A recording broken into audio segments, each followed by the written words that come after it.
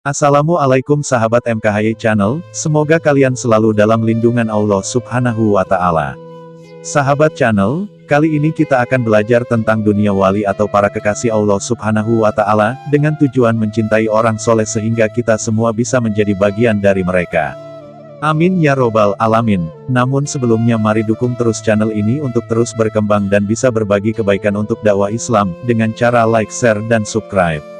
Sahabat channel, Allah Subhanahu wa Ta'ala menciptakan makhluknya bermacam-macam, manusia berbangsa-bangsa, bersuku-suku, begitu juga binatang dan tumbuhan dengan berjuta spesies dan beragam jenisnya. Begitupun dengan wali Allah. Jenis wali itu banyak. Jumlahnya mencapai 124.000, yang setara dengan jumlah para nabi menurut Syekh Muhyiddin Ibnu Arabi yang wafat tahun 638 Hijriah, dalam kitab Al-Futuhat Al-Makkiyah, jenis wali ada 589 jenis. Berikut ini 5 di antaranya, saya lengkapi dengan contoh dan penjelasan dari pengajian almarhum Kiai Haji Ahmad Siddiq Jember di YouTube dan Kitab Jami, Karomatul Aulia.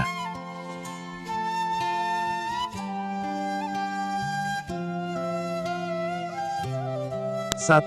Mulamatiyah atau malamiyah atau wali yang ingin dicela orang. Wali jenis ini sukanya dicela, tidak ingin dipuji. Secara lahir beliau boleh saja berpenampilan gembel atau kayak orang gila.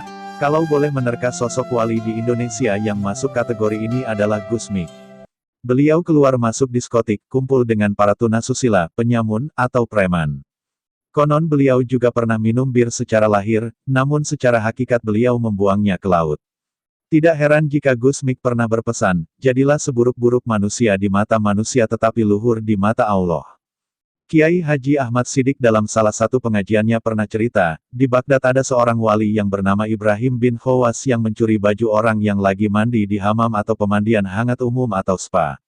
Aksi itu dilakukan dengan terang-terangan sehingga ketahuan, terus dikejar oleh massa, akhirnya ketangkap.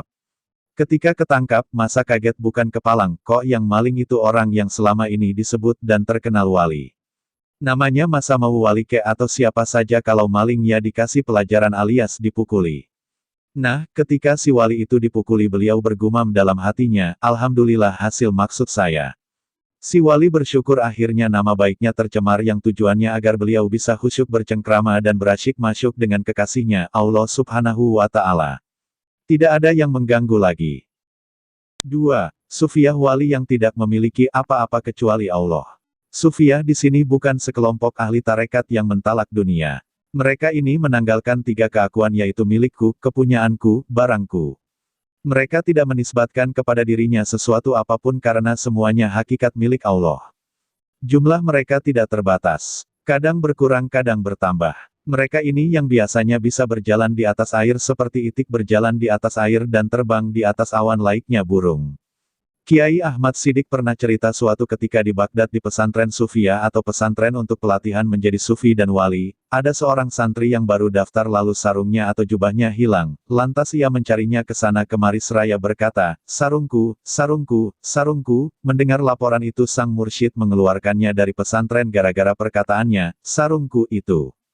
Jadi, kalau di mulut apalagi di hati seseorang masih ada keakuan, HP-ku, mobilku, gelarku, pengajianku, bukuku maka ia masih jauh dari jenis wali ini, yaitu Sufiyah. 3. Ubat atau ahli ibadah.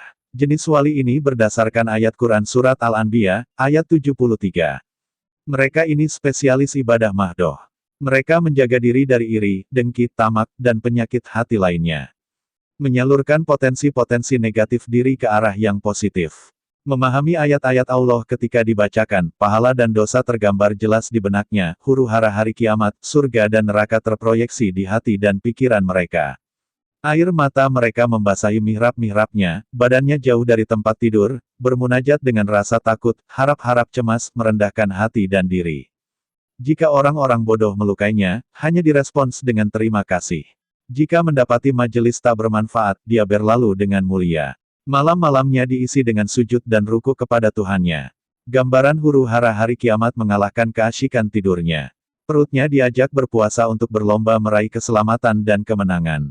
Salah satu pembesarnya adalah Abu Muslim Al-Khawlani pamannya Ibnu Arabi. Beliau selalu bangun malam, jika kedua kakinya capek, beliau memukulnya dengan rotan seraya berbicara pada kedua kakinya, kamu lebih pantas dipukul ketimbang binatang tungganganku. 4. Zuhad atau wali yang meletakkan harta di tangan, bukan di hati.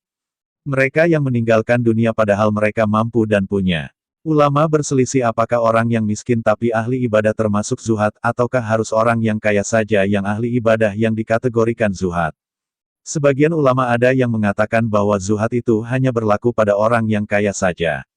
Artinya, tidak ada kezuhudan kecuali bagi orang kaya. Sebab boleh jadi orang miskin yang ahli ibadah itu jika diberikan kekayaan tidak bisa zuhud. Pembesar wali macam ini adalah Ibrahim bin Adham. Syekh Ibnu Arabi berkata, sebagian paman dari ibuku termasuk wali berjenis ini. Dia dulunya raja atau penguasa kota Tlemcen sekarang masuk wilayah Aljazair. Namanya Yahya bin Yafgan. Pada zamannya ada seorang alim, ahli ibadah dan zuhud dari Tunisia, bernama Abdullah et-Tunisi. Beliau tinggal di luar kota Tlemcen. Nama daerahnya Abad. Beliau tinggal dan beribadah di masjid sana. Kuburannya terkenal diziarahi orang. 5. Muhdasun atau wali yang diajak bicara. Yang termasuk dalam kategori ini adalah Sayyidina Umar bin Al-Khattab. Ibnul Arabi memberikan testimoni bahwa wali jenis ini yang sezaman dengan beliau adalah Abul Abbas Al-Hasyab atau si penjual kayu dan Abu Zakaria Al-Bihai atau Al-Bijai. Jenis wali ini ada dua kelas. Kelas pertama, golongan yang diajak bicara Allah di balik hijab. Ini berdasarkan Al-Quran Surat Asy-Syura ayat 51, tidaklah mungkin bagi seorang manusia bahwa Allah mengajak bicara dengan dia kecuali dengan perantaraan wahyu atau dari belakang tabir. Kelas pertama ini juga bertingkat-tingkat. Kelas kedua, mereka yang diajak bicara oleh arwah para penghuni alam malakut atau malaikat di dalam hatinya, terkadang langsung melalui telinga. Untuk mencapai kelas kedua harus melakukan riyadhah nafsiyah dan mujahadah badaniyah atau tirakat dengan beragam model, sebab jika jiwa-jiwa tersebut sudah bersih dan jernih, maka ia bisa mengetahui rahasia-rahasia yang diketahui alam malakut. Kelas kedua ini juga bertingkat. Nah, Kiai Ahmad Siddiq mengingatkan agar seseorang harus bisa membedakan 4 bisikan. 1. Bisikan Allah disebut khotir. 2. Bisikan malaikat disebut ilham. 3. Bisikan hawa nafsu. 4. Bisikan di hati dari setan. Ini yang sulit, membedakan keempatnya. Jadi seseorang jangan serta-merta mengklaim bisikan ini dari Tuhan lalu mengaku telah didatangi malaikat Jibril yang menyampaikan bahwa Allah telah melantiknya menjadi seorang nabi, padahal itu bisikan setan atau bisikan hawa nafsunya. Inilah sebetulnya terjadi di Indonesia akhir-akhir ini. Banyak orang bersemedi menurut caranya sendiri lalu mengklaim mendapat bisikan atau muhdas dari Allah, padahal itu adalah bisikan setan. Maka waspadalah.